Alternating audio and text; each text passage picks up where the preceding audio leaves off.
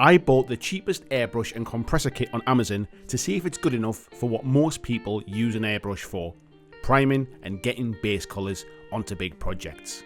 This airbrush and compressor cost £30. That's less than the cost of 3 cans of Chaos Black from Games Workshop. Could this really be the answer for those who just want a priming solution, or will it surprise me as a great starter airbrush kit? Now, for £30 I wasn't expecting great things, and there were mixed reviews on Amazon ranging from amazing to it broke the first time I used it. Now, I have an airbrush and a compressor that I use all the time, but I thought this would be great to review for those of you not ready to take the plunge yet, and also for me to compare against a more expensive kit. Inside the box you get instructions for the compressor and the airbrush, a braided hose, the mains voltage to 12 volt power adapter, the compressor itself, an airbrush and a holder. The instructions for the compressor are pretty basic, but I did notice one thing, and that was it said to only use a single action airbrush with it. I'd seen folks online using this particular kit with a dual action airbrush, so maybe this was a reason that it had broken for some, who knows. For those who are new to airbrushing, a dual action airbrush controls airflow and paint flow, whereas a single action only controls the flow of paint. Now, this may feel like a negative, however for basic priming it's not that much of an issue, and with cheaper airbrushes anyway you rarely get any control of the airflow, so this didn't really put me off. The airbrush does come fitted with a dual action connector, so make sure to switch it out for the included single action option. The airbrush itself is one of the generic metal airbrushes that you get with most bundled kits, and is very similar to the one that came with my more expensive compressor, and that's been fine to use, so I was hoping for similar things from this one. The airbrush is easy enough to strip down for cleaning, with the negative being that the cup is fixed rather than removable, which just makes it a little more fiddly to clean. If you want a more in-depth explanation of how to strip down, clean and troubleshoot airbrushing problems, check out my video I've linked here. I stripped it before first use just to ensure it was clean, as sometimes with these cheaper ones there can be rough parts on the needle or loose connections. However, everything seemed fine here. This brush also comes with an adjustable end stop, which you can set to ensure you always pull the trigger back to the same place, and this controls how much paint flows out. Connecting it up is a simple task. Screw one end of the hose to the connector on the airbrush, and then the other end of the hose to the compressor itself. There's only one place it can go, so you can't make any mistakes. They only need to be hand tight, as there's rubber seals inside to stop any air leaks. Next up, connect the mains power lead. Sadly, a downside here is the cable isn't really that long, so you may need to have an extension socket somewhere nearby. I know most people's question will be, how noisy is this? So I downloaded a noise measuring app to my phone to show you. When switched on, it registered 76 decibels. Now, that info on its own might not make much sense to you, so I compared it to my old hairdryer that I use for speeding up drying minis. On the slow setting, this also measured a similar noise level, but on the higher setting it was a lot louder at 90 decibels, so I'd say it's not as noisy as a hairdryer for an easy comparison. Now the real test, how well does it actually work? I dropped in some Vallejo black primer and decided to prime some god tier minis I had waiting to be done. The max airflow of this compressor is 25 psi, and you can adjust that by turning a small dial on the side. However, with no gauge to tell you what it's measuring, it's more about testing and finding a nice flow for you. As soon as you switch on the compressor, the air begins to flow, so make sure you don't have any loose bits lying around. And you start the paint flowing by gently pulling back on the trigger. The further you pull back, the more paint that flows, so that backstop I told you about can be a nice addition for new painters to not spray too much paint all at once. I found the paint flowed really well. The trigger action, whilst not being as smooth as a more expensive airbrush I own, was still good enough, and it seemed to be doing the job just as effectively as my full kit with a compressor and tank. Now, the advantage of a compressor and tank system is that it produces compressed air into a storage tank, and then it switches off the compressor. This is better for the compressor itself, as it doesn't run constantly and it keeps the noise levels down, and also it's better airflow as it's a steady stream of air from the tank.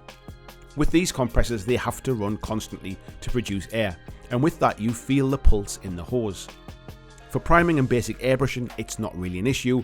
However, if you're trying to paint award-winning minis, you may find that inconsistent. But let's be honest, if you're trying to win awards, I'm assuming you're not buying a £30 airbrush kit. In practical use of just getting primer onto my minis, it worked really well. It gave a nice, smooth application of primer, and it did the job I needed it to do. Next, I decided to try zenithal highlighting using Daler Rowney white acrylic ink. Again, if you want to know more about zenithal priming, I'll have another link to a video I made about it here. White is a colour that tends to be a little more difficult to airbrush, as it can be quite gritty or a little spotty in application. But through this airbrush and compressor, I got a very similar application to that which I get through my normal, more expensive kit. It certainly was good enough to get the zenithal highlight applied, and I could control the flow of paint enough to go in and highlight further spot areas, like on muscles and on the sword, to further lighten those up. The airflow seemed consistent, and adjusting the dial on the compressor gave me some control over air pressure, whilst the airbrush didn't clog or spatter as I was using it, so at this stage I was pretty impressed, especially for the £30 price. You can see here the finished primed minis, and I have no complaints with the finish of the applied primer and highlight. Next, I decided to try base coating and highlighting a mini with paint, as this is something a lot of you would use an airbrush for. Painting armies for Marines like Warhammer 40k usually entails painting a lot of the same colour. Now, you can buy coloured spray cans, but they are expensive, they can lead to obscured details if sprayed too heavily, and you're also limited to the colours available. With an airbrush, you can quickly paint them any colour you have. Here I've used Macragge Blue by Citadel to put the basic colour down, and once I'd thinned it to the right viscosity, again it flowed through the airbrush no problem, just as I would expect. An airbrush allows you to very gently build up thin layers, which will mean some of the zenithal priming will show through, giving you natural shades and highlights. I then take Calgar Blue and spray it from above to further lighten the high surfaces like the knees and the top of the backpack. You can see here it gives a nice shade and highlight effect, and is a super fast way of painting lots of similar models without the need to highlight individual areas, and it gives a really nice smooth blend of the colours. This is how I've painted all of my Ultramarines, and I'm really happy with the overall effect. You can do this for any colour of course, and I've used this method to get some great effects, such as spraying from the bottom with a purple colour and then spraying from the top with yellow, and it looks fantastic. This airbrush kit will certainly allow you to do that. So my overall thought is I was genuinely surprised by this. It's more than good enough to use as a beginner kit for those who don't want to spend over £100 just to give it a try. It'll do 90% of the jobs that most folks who use an airbrush do, like priming, coloured base coats and applying varnish, and anything that can help you do that at this price when getting outside is difficult can only be a good thing. Since I bought this, it looks like the one I bought is no longer available. However, I'll put a link in the description where you can pick up one for slightly more money, but it does come with different size needles and nozzles, a moisture trap and a cleaner kit, so it's still a fantastic price. Longevity will be the main question people ask about, and I haven't had it long enough to say that it's been fine. However, I think making sure it has the single action connector in will help with things, and I'll keep using this and report back maybe 6 months later, or if anything goes wrong in the meantime. At the time I picked this up, I also bought this rechargeable battery powered airbrush to compare, so if you want to see what I think of this one too, then why not subscribe and click the bell icon to be notified when the video goes live.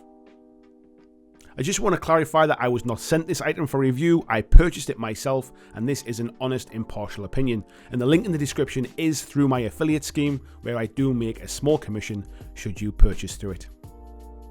Thanks for watching, and I'll see you in the next video. Thanks for watching my video, I hope that you really enjoyed it, and if you did, why not consider clicking on the suggested video below to see more of the work that I've done. If you'd like to support the long-term sustainability of this channel, why not consider checking out my Patreon, where you can pledge and support from as little as $2 a month, and there is lots of different tiers and bonuses which will give you access to a private Discord server, it will give you free t-shirts, free mugs, a podcast every month, and a number of other things, including getting your name at the end of every video, like these awesome folks who already support me now.